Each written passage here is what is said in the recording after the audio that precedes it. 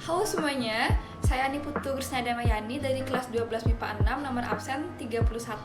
Nah, di sini saya akan memaparkan kesimpulan dari materi bab 1 yaitu kasus-kasus pelanggaran hak dan pengingkaran kewajiban warga negara. Maka dari itu, yuk simak dulu videonya. Jadi, apa sih hak dan kewajiban itu? Hak adalah semua hal yang kita peroleh atau dapatkan di mana dapat berbentuk kewenangan atau kekuasaan untuk melakukan sesuatu. Sedangkan hak asasi manusia atau HAM adalah hak yang melekat pada setiap pribadi manusia. HAM bersifat universal dan tidak terpengaruh oleh status kewarganegaraan seseorang. Sedangkan hak warga negara adalah seperangkat hak yang melekat pada dalam diri manusia sebagai anggota dari sebuah negara. Hak warga negara ini bersifat dibatasi oleh status kewarganegaraan seseorang. Nah, tidak semua hak warga negara adalah hak asasi, namun semua hak asasi manusia merupakan hak warga negara. Kemudian, kewajiban adalah segala sesuatu yang harus dilaksanakan dengan penuh tanggung jawab. Kewajiban asasi adalah kewajiban dasar setiap orang yang terlepas dari status kewarganegaraannya. Kemudian, kewajiban warga negara adalah tindakan yang harus dilakukan seorang warga negara sebagaimana diatur dalam ketentuan peraturan perundang-undangan yang berlaku. Kewajiban warga negara ini dibatasi oleh status kewarganegaraan seseorang dan wilayah cakupannya lebih luas karena meliputi juga kewajiban asasi. Hak dan kewajiban warga negara adalah dua hal yang memiliki hubungan kausalitas, tidak dapat dipisahkan karena saling berkaitan. Nah, karena seseorang akan mendapatkan haknya jika kewajibannya dipenuhi dan sebaliknya. Selanjutnya, substansi hak dan kewajiban warga negara dalam nilai-nilai Pancasila. Antara lain, yang pertama, hak dan kewajiban warga negara dalam nilai dasar Pancasila. Nilai dasar Pancasila ini bersifat universal sehingga di dalamnya terkandung cita-cita, tujuan dan nilai-nilai yang baik dan benar dan bersifat tetap dan melekat pada kelangsungan hidup. Hubungan hak dan kewajiban warga negara dengan sila-sila Pancasila yaitu yang pertama sila pertama. Sila pertama ini menjamin hak warga negara untuk bebas memeluk agama sesuai kepercayaan dan melaksanakan ibadah sesuai ajaran agamanya masing-masing. Lalu sila pertama ini memuat kewajiban warga negara seperti membina kerjasama, tolong-menolong, dan toleransi dengan pemeluk agama lain atau antara umat beragama, kemudian tidak memaksakan kehendak suatu agama dan kepercayaan kepada orang lain. Yang kedua, sila kedua. Sila kedua ini menjamin hak setiap warga negara di kedudukan yang sama dalam hukum dan memiliki hak yang sama untuk mendapatkan jaminan dan perlindungan hukum.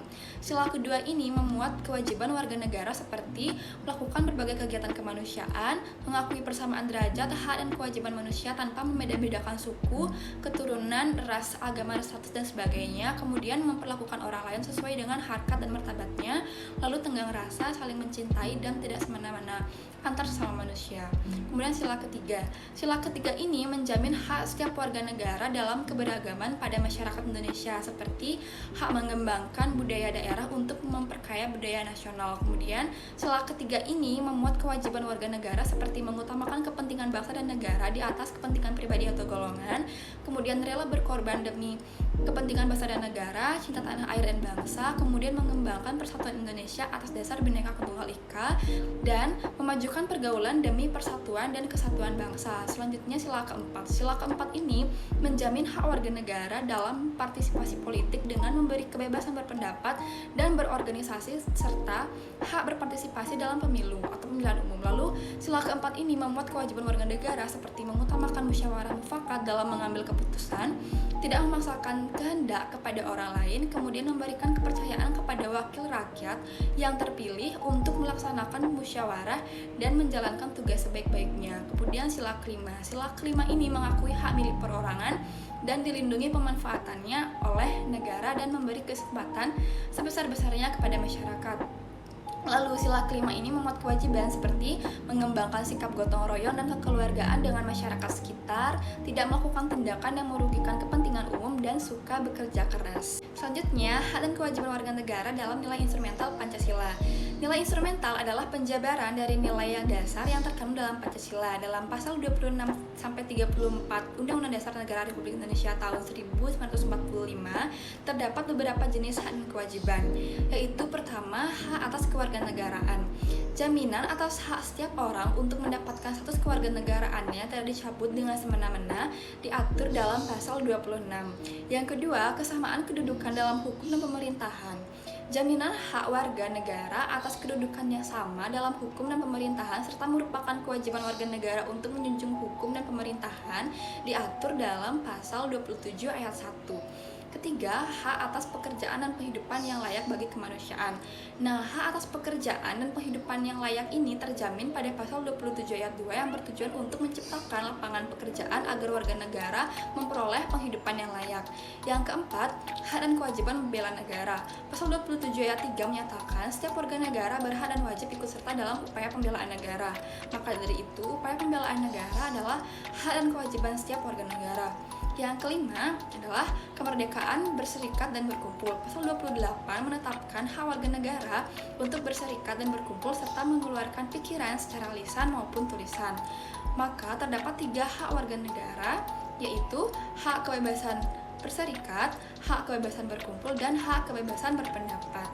Yang ketiga, hak dan kewajiban warga negara dalam nilai praksis sila-sila Pancasila. Nilai praksis adalah perwujudan atau realisasi nilai instrumental dalam kehidupan sehari-hari yang sifatnya berubah mengikuti perkembangan zaman.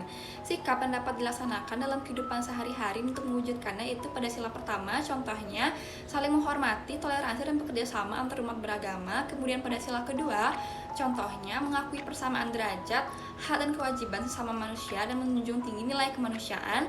Kemudian sila ketiga, contohnya mengembangkan sikap patriotisme dan menempatkan kepentingan bangsa dan negara di atas kepentingan golongan atau pribadi. Sila keempat, contohnya mengutamakan musyawarah mufakat dalam mengambil keputusan serta menerima dan melaksanakan keputusan musyawarah. Kemudian untuk yang sila kelima, contohnya adalah menjaga keseimbangan antara hak dan kewajiban, tidak boros dan suka memberi pertolongan. Selanjutnya, penyebab terjadinya pelanggaran hak dan pengingkaran kewajiban negara meliputi beberapa faktor, yaitu sikap egois dan tidak toleran, rendahnya kesadaran berbangsa dan bernegara, dan penyalahgunaan kekuasaan dan teknologi, lalu ketidaktegasan aparat penegak hukum.